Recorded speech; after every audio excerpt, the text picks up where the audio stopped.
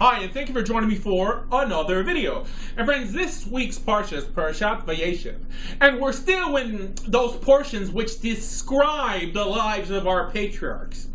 And friends, the more we study everything the Torah chose to disclose before Mount Sinai, the more I'm convinced that the main reason these early portions exist are for no other reason than to give an ethical basis for the commandments that will come later.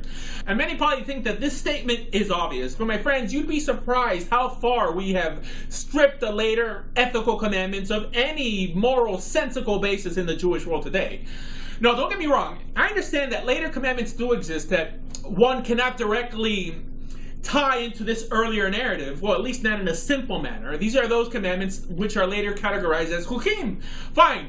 These are not the ones in dispute here, not to mention that these are easily distinguishable between those commandments that affect others around you directly. And friends, the reason I'm mentioning this here in this parsha is because we're entering a point in the narrative where the confusion begins to expand. In other words, in the earlier parsha, the narrative focused on either one or two individuals losing and then finding their way. But now you have at least 13 individuals in one parak persisting in missing their ethical mark. And the number will grow a lot greater from here on, almost in some way setting the stage for what eventually takes place in Sefer Shemot with the Exodus and the receiving of the Torah. And this, my friends, lets us in on an incredible insight, and that's that ethics predated revelation, which is a notion that almost has been completely tossed out of especially the Orthodox Jewish world today. In other words, the modern Jewish notion of ethics, at least understood by many in the Orthodox world, is that revelation gave birth to obligations, and obligations gave birth to ethics.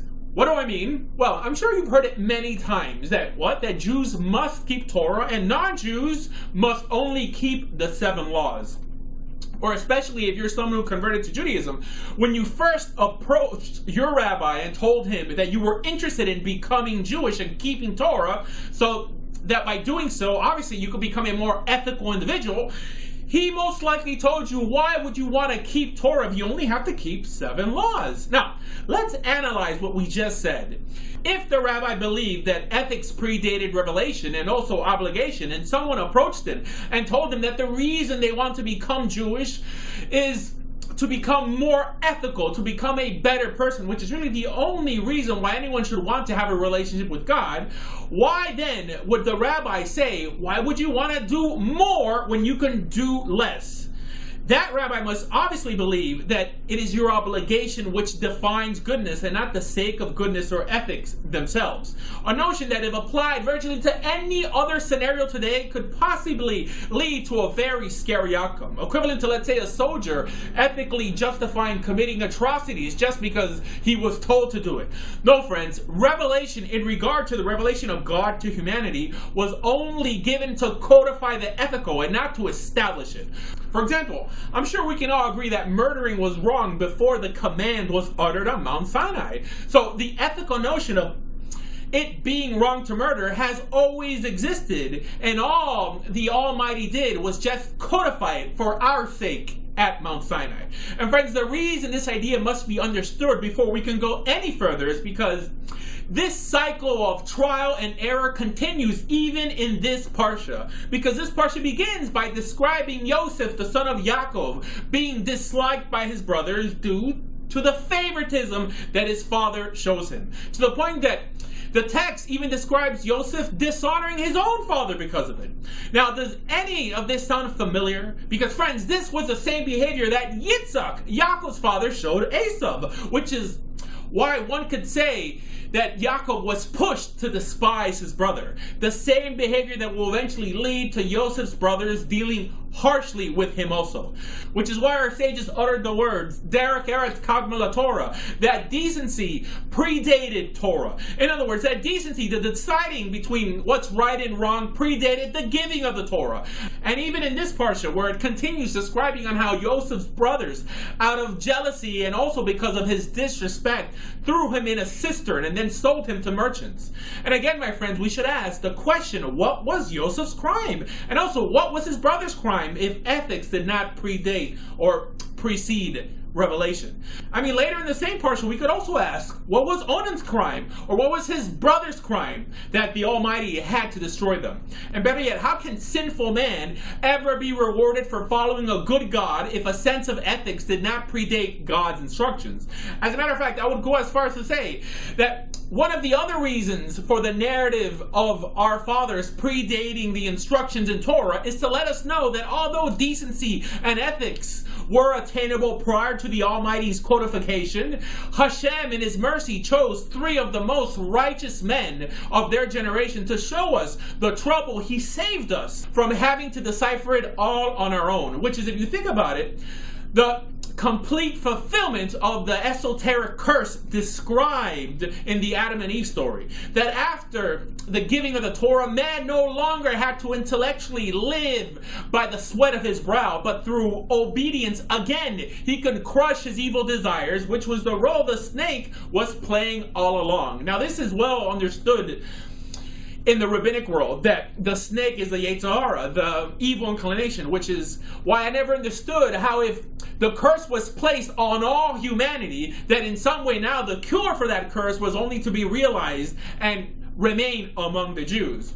Nonsense, my friends. The truth is, because the curse was placed on all humanity, since the revelation and the codification of goodness on Mount Sinai, it is the responsibility of all mankind to embody that codification, the only antidote for man's curse. If not, we would have to assume that the instructions of Mount Sinai were only given for no other reason than to give a small nomadic tribe a judicial system. Are you following me yet, my friends? But regardless, those instructions, my friends, did seep through one way or the other, which is why civilization has come so far. And which is also why here in the beginning of Vayeshev, every time you or I see one of our forefathers acting in a certain way or making a certain decision, we can almost predict their outcome because of that ethical basis we have received from the Creator. And friends, the portion continues describing Yosef's behavior in Potiphar's house, and how he very clearly and evidently showed more respect to Potiphar's house than his very own household. And some might even say that this is because he feared for his life, but you know what? I don't think so. We even saw it with our father Abraham, who would go to extraordinary lengths to make outsiders feel welcome. And friends, this notion is virtually non-existent in the Jewish world today, and that's the notion of putting others' needs before ours. Others as pertaining to the non-Jewish world. And friends, this earlier narrative is riddled with similar examples. As a matter of fact, the Torah later commands us that we must feed our servants before we feed ourselves, and even feed our animals before we feed ourselves. Which, if you think about it, is the very thing that made Abraham more righteous than Noah, and how we saw Noah, at least according to a narrative, not trying to help his fellow man, while we then have Abraham pleading with the Almighty for the possible righteous inhabitants of the pagan city. And then Rebecca singled out solely because of her hospitality and generosity. And even later, Moshe Rabbeinu, who according to the narrative was chosen as the leader of the Jewish people, because in countless occasions he came to the aid of others and even put his life on the line. And for those who ridiculously continue to state that the hating of sin and wickedness does not mean the same in Judaism as it does in Christianity or in other religions, and even go as far as to equate our commandments, our mitzvot in the Torah, to the same level as American amoral judicial law, here in the second chapter of the portion, it states regarding the reason that Yosef resists Potiphar's wife. It says that Yosef says, how can I do this great wickedness and sin against God? And friends, later we see that because the righteousness of Yosef, he himself was elevated to virtually the highest position in Egypt. And friends, if you're hearing me today and you're sick and tired on where the decisions you made in your life have left you, I want to welcome you today to reach for that higher standard. A standard that we today, unlike our patriarchs here in the early narrative of the Torah, do not have to decipher on our own. Like the Torah itself states, that it's not in heaven so that someone might say, who can go up there and bring it down? No, my friends, since Mount Sinai, that instruction manual for living life to the fullest has now become accessible to anyone who wants it. So my friends, today I want to encourage you to consider Torah Judaism. For more information on converting to Judaism, please visit doordea.com. Thank you.